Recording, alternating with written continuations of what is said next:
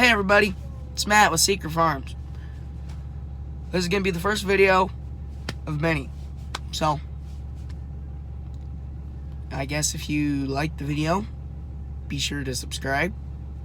Click the little bell so you can be notified when I upload a new video. And like and comment down below. Alright, let's get to it. Well, as you can see, we've got a pretty nice Nebraska sunset out here tonight. I guess I'll grab a post here.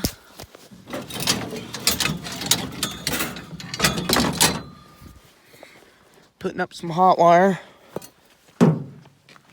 Probably take us maybe 3, maybe 4 days to do this because we're not going to be working on it real hard. Just me and one of my friends who, oh my god, this truck's a mess, helps us on it. I'm going to be working on it at night, and we got school during the day, so.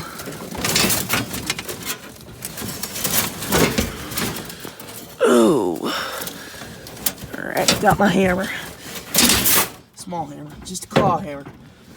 That's all I got. I got a claw hammer. Oh, the big hammer's in the shop. Probably, they probably stole it. Alright, where was the 20 again? I marked it.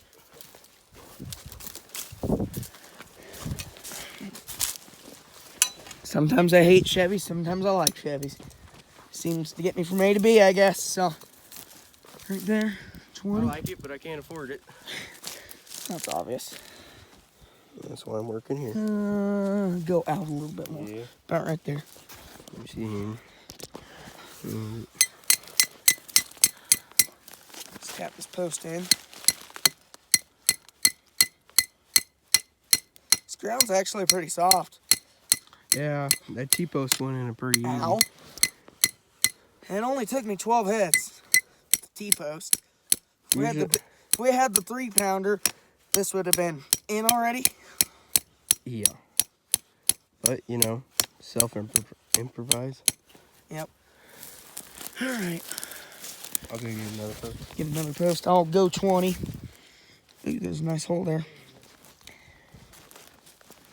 1, 2, 3, 4, 5, 6, 7, 8, 9, 10, 11, 12, 13, 14, 15, 16, 17, 18, 19, 20. Right here.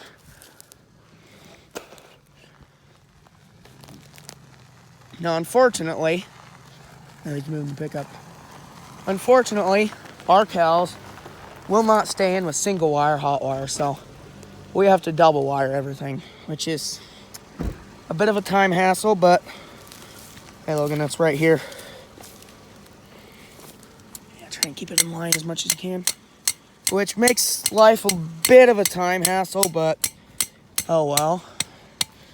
1, 2, 3, 4, 5, 6, 7, 8, 9, 10, 11, 12, 13, 14. But I would rather have to go through the hassle of double wiring all this than having cows out all the damn time, which is something that nobody likes. This corn actually looked really good during the year when it was growing, but unfortunately it didn't perform like we wanted it to. This is dryland. We were thinking maybe 150 bushel an acre. I think it made 110. Didn't do very good, but a lot of our yield loss. Well, you can see it right here. Whole ears. Never got shucked, never got touched by a combine. We actually had a job we were supposed to do for the neighbors, and we had to tell them we couldn't do it because we had ears falling on the ground everywhere. I mean, we were in serious trouble. I mean, it's a pretty nice ear, and there's whole fields like that just everywhere. I mean, well, sure, if I look through this residue here, you can see it. You can see there's 2 ears. Now, this is actually some pretty nice dirt. Well, you can see it's still got wheat stubble on top of it. This is some pretty nice, pretty black dirt. Ooh, it's slimy. It's pretty nice dirt. there. So this is actually, I think this is actually our best performing field. Yeah, this is actually where we grew our best corn we've ever grown, which was, I mean, it's not the greatest. It's only 158 bushel the acre, but in our climate, that's pretty decent. Hey, we're moving along pretty good. I guess you guys probably don't want to see me counting 20 steps all the time and pounding a few posts. So I'll get for you guys in a little bit. Well, I guess I forgot to tell you guys. You guys are going to get a lot of hay moving videos. This is just one of our fields of hay. I believe this field had almost 1,000 bales in it when we started. And I believe we've hauled almost 160 bales off of it, which would mean that we still got a lot of hay. All our hay is sold. We have this field and 2 other fields clear down on the Nebraska-Kansas state line. Well, I guess from right where we're at, it's only about another 3 miles from here, but which isn't bad. But in total, we had almost 1,500 bales of cane hay, which is pretty good. It was really good. I believe, if I'm not mistaken, this field made almost 9.86 bales per acre, which was astonishing. I mean, that's almost unheard of as far as cane hay. Now, we did have a few issues this year baling hay, though. I was baling some straw about a quarter mile from my house and happened to smell smoke, and I got out and looked, and well, there was a little trickle of smoke coming out of the baler, so I kicked the bale, and the door got open, and I looked up, and there's flames about 6 foot high climbing off the back of the baler. So lucky for me, I was about 200 feet from our alfalfa that we had freshly cut, so I grabbed a few gears in the tractor and put it in the alfalfa, pulled the safety cover and pulled the pin and unhooked the safety chain and just drove away, and was able to save the tractor. Baler was totaled, but this is one reason why we love AGCO stuff so much. I mean, we run Massey's, we don't run anything other that's AGCO. I mean, we run Case, John Deere, Massey. We run pretty much anything, but as far as AGCO stuff, we only run Massey's, and well, I'll give AGCO some compliments there. We called them up. This actually happened a year before we would have bought the baler and had it for a year. So we actually called AGCO, and they told us they'd get settled up with us later, and they told us just go get another baler. So we went and got another baler, and we actually kind of upgraded. The baler we had before our current one was a 2956, which was 2016. It was brand new when we bought it in 2018. It never ran a bale through it, just sat on the lot. And the baler we bought in August, after our other one burnt down, was a 2016, and it was a 2956A, which, for those of you who are not familiar, that is an auto cycle model. It automatically does everything. It wraps the bale with net wrap, and it kicks the bale out and opens the kicker and closes everything back up without you having to touch a single thing, which is very nice for my dad, because he's on the phone all the time. It's pretty nice for me. It just takes a lot of stress off of you. But the bad thing is that it's just one more thing to go wrong. Yep. I didn't ask you. Well, put my input in. But yeah, see, you guys probably didn't want to hear a whole backstory, but you got a whole backstory. You guys are going to get a lot of videos of moving some hay. I'm going to go ahead and pull this pickup forward. Just based on the amount of hay we have to move. So, I guess I'll hop in this pickup here. Steering wheel might look a little rough, but still pretty good pickup. We bought this pickup brand new, and well, let me see if I can bring up the mileage.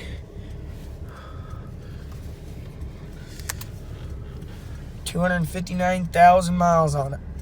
Almost everything's still original on this pickup. As far as transmission, engine, everything mechanical wise is still. We got a pretty good distance done tonight. This is a whole 80, and it's long going. Ooh, that hurt. Ooh, my elbow popped a little bit. It's really long going north and south, and it's actually, it looks a lot longer than it is, but it's pretty long, and we're probably about 3/4 of the way down to that stop sign that was just down there. That's where we gotta go. All right, so I got a few minutes to kill here as far as this video goes. So we'll just do a little background on me. I am 4th generation as far as farming goes that I know of. I know my dad's farmed all his life, my grandpa's farmed all his life, and my great-grandpa farmed all of his life. I don't really know anything about my family past that point. I'd like to know, but I just haven't really had the time to dig in and look towards it. We farm about 1,800 acres. It's not a lot. It's not enough, not for what I'd like to do, because we can't run the type of equipment I'd like to run with the amount of acres we got. As far as farming goes, it's all I've really ever known, so it's probably more than likely what I'm gonna do when I get out of school. But as far as what we're trying to do with the farm, right now we're just trying to, we've got most everything we need for about the next 5 years, or until we start getting more land. Because our problem is our equipment is about medium sized for what we have, but if we get a little bit more as far as acres go, we got to get a bigger planter, we got to get a bigger sprayer, bigger stuff. We could actually already use a bigger sprayer. We don't need a bigger grain drill. Our grain drill is plenty big, but we got to get a bigger planter, get a bigger sprayer.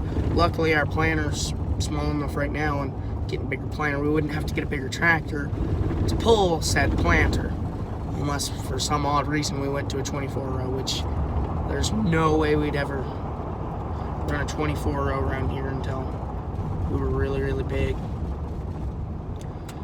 We were hoping to maybe get a 16-row within the next few years, but we're starting to look more towards 12-row.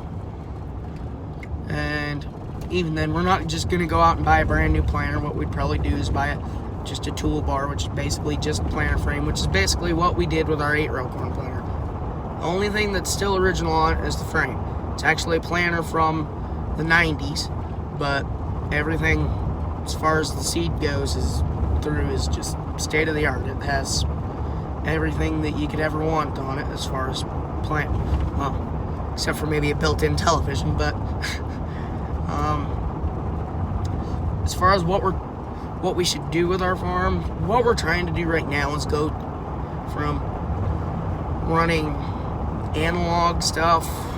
If you know what I mean, you know what I mean. If you don't, I guess. Our problem right now, we don't have any sort of an auto steer system in any of our equipment. Our nicest piece of tech in our equipment is Trimble FM 750, which is GPS, and it's nice, but I'd like to have auto steer to go with it. Plant nice and straight, can spray straight, reduce that overlap. I guess our planter monitor's nicer than anything else. Our planter monitor's really nice. But after that, I'd like to see us get a self-propelled sprayer. We're not, which that's actually in the making within the next 2-3 years, is getting a self-propelled sprayer. We're not going out and buying new equipment again, because there's just no need to it. You gotta farm tens of thousands of acres to afford new equipment. And we don't farm the type of acreage to run that. So we're looking at maybe getting something from the 01 to 04 era as far as sprayers, and that's just basically our main plan. So that should wrap up this video. So I guess if you like this and you want to see more videos, just subscribe down below and click the little bell icon so you can be notified when I upload a new video. Thanks.